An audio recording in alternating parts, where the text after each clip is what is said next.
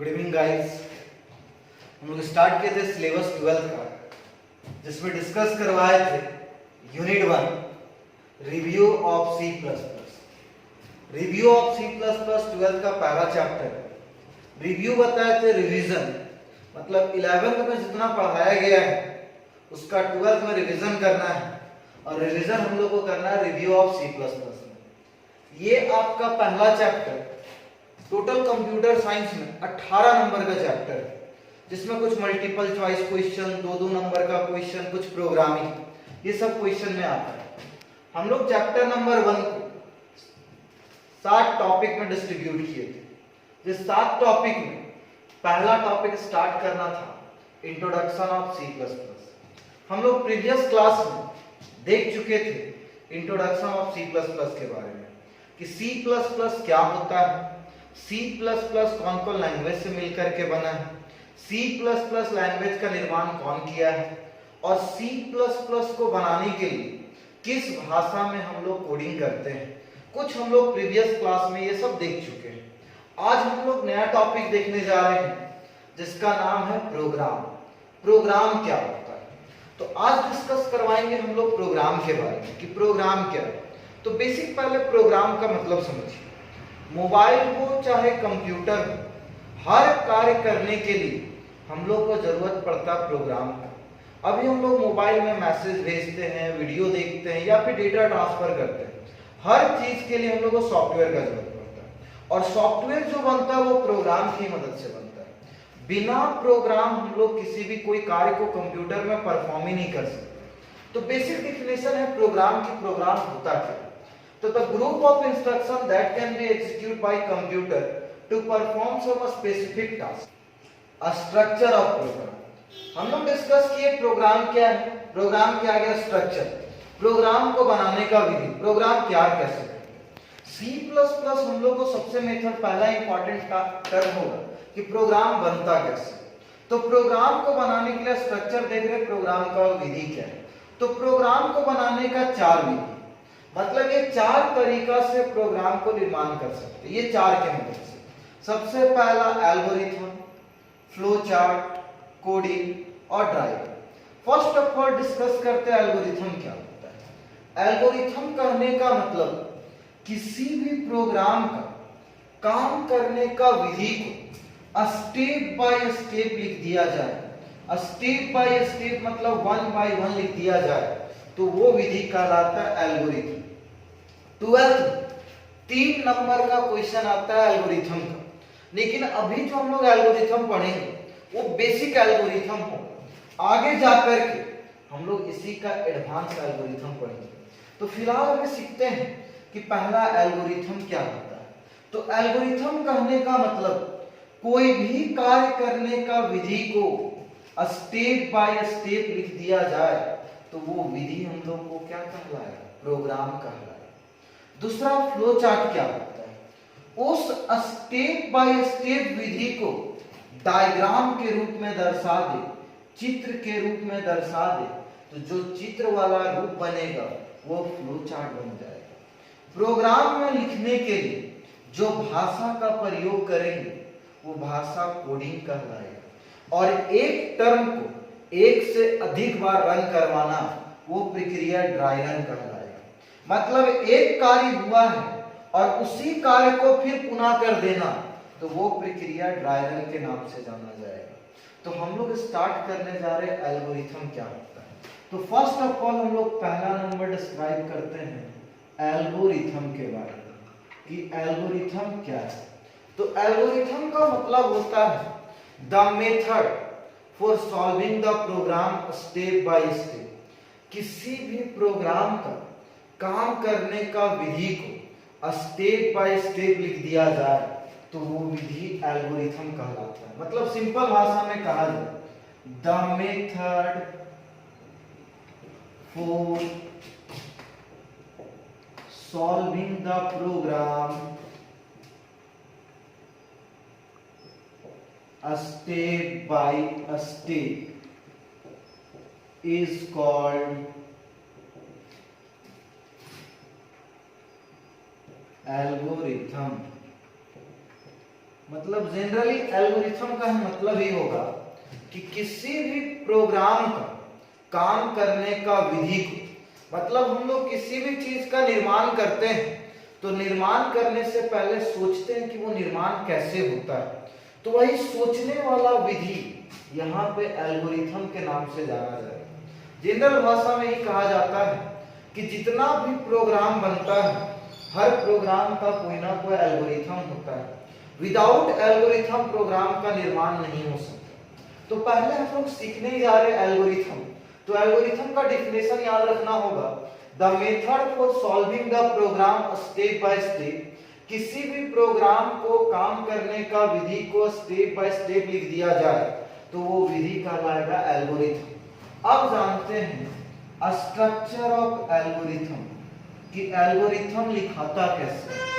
Structure of algorithm, तो generally अभी जो हम लोग एल्गोरिथम लिखेंगे वो 5 स्टेप में बटेगा। मतलब एल्गोरिथम लिखने के लिए 5 स्टेप का जरूरत है।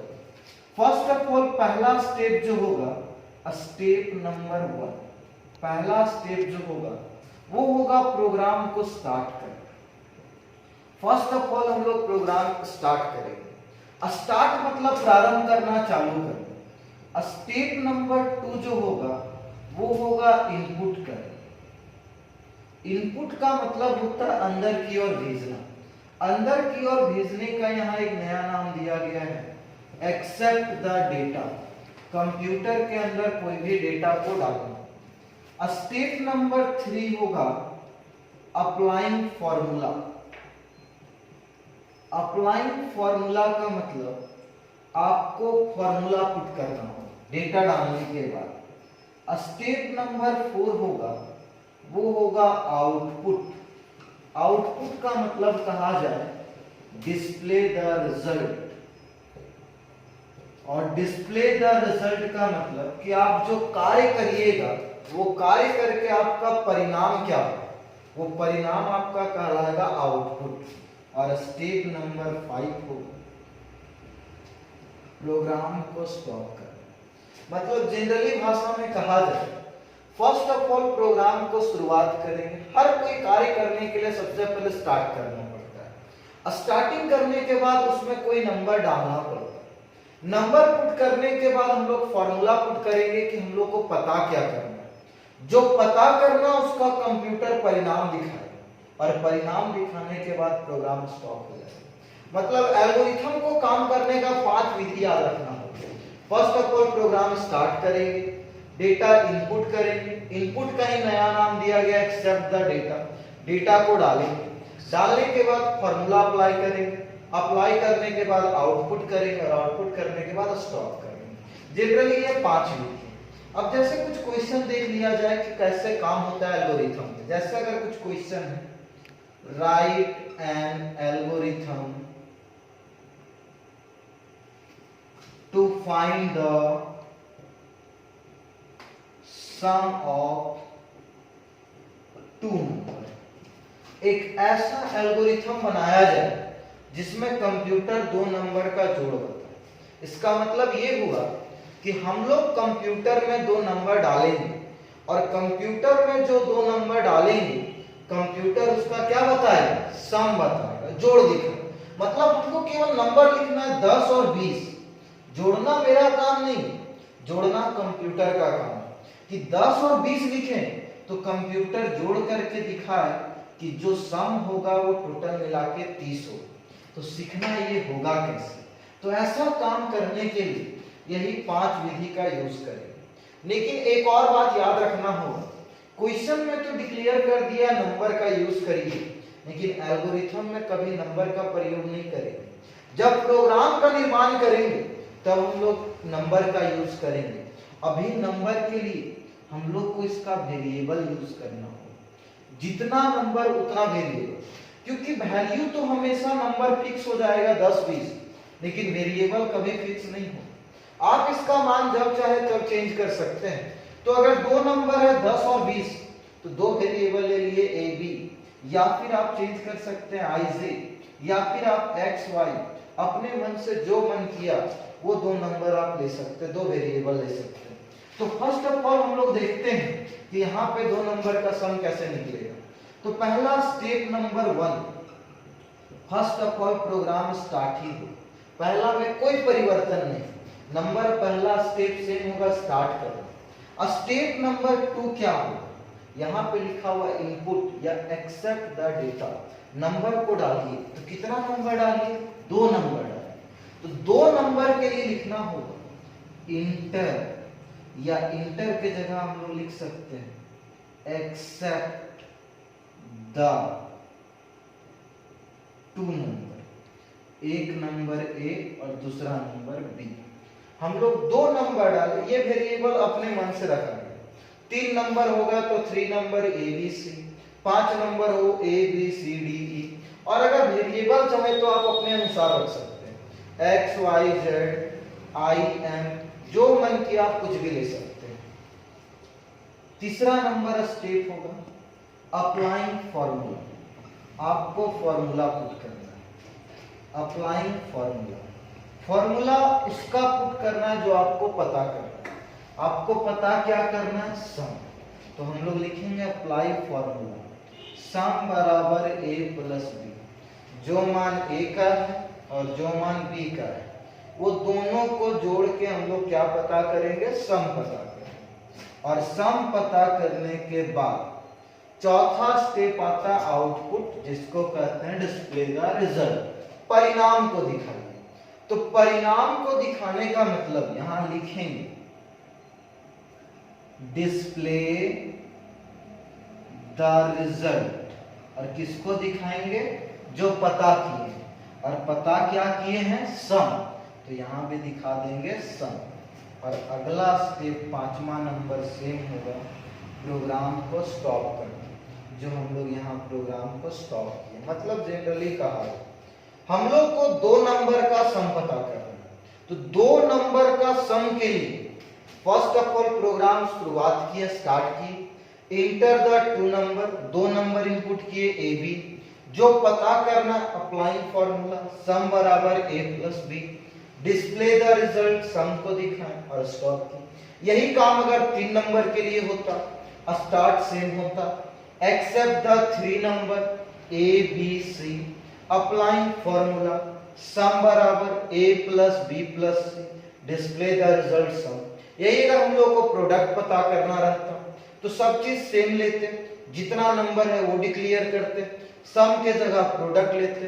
तो इस तरीका से हम लोग 2 नंबर, 3 नंबर, 5 नंबर, सम, डिफरेंट, प्रोडक्ट, डिवीजन, किसी भी संख्या को पता कर सकते। तो ये मेथड हुआ हम लोग का एल्गोरिथम। मतलब एल्गोरिथम कहा जाए तो ये आपका भी सोच बताया कि आप 2 नंबर का सम कैसे निकालेंगे। और ये जो एल्गोरिथम है, इसी एल्गोरिथम को चित्र के रूप में अगर दर्शा दे, ग्राफिकल स्ट्रक्चर के रूप में सजा दिया जाए, तो वो स्ट्रक्चर वाला विधि हम लोग का क्या बन जाएगा, फ्लो चार्ट। हम लोग डिस्क्राइब करेंगे फ्लो चार्ट। लेकिन इसका कुछ और क्वेश्चन देख सकते हैं, जैसे अभी देखे 2 नंबर का सम, अगर देखना हो 5 नंबर का सम, तो केवल वेरिएबल बदल दीजिए। क्या वेरिएबल बदल दीजिए, A B C D E, 5 variable हो गए। फॉर्मूला पुट कीजिए, सम बराबर A plus B plus C plus D plus E, और अप्लाइंग फॉर्मूला में सम लिख दीजिए। प्रोडक्ट पता करना हो तो जहां सम लिखे थे वहां प्रोडक्ट लिख दीजिए। और कंप्यूटर में मल्टीप्लिकेशन का चिन्ह जो होता है वो स्टार का होता है, सभी को स्टार से रिप्रेजेंट कर दीजिए। तो ये हो गया मल्टीप्लिकेशन। क्योंकि कभी भी मल्टीप्लिकेशन ना डॉट में दे सकते हैं, ना डायरेक्टली दे सकते हैं, ना या ऐसे लिख सकते हैं।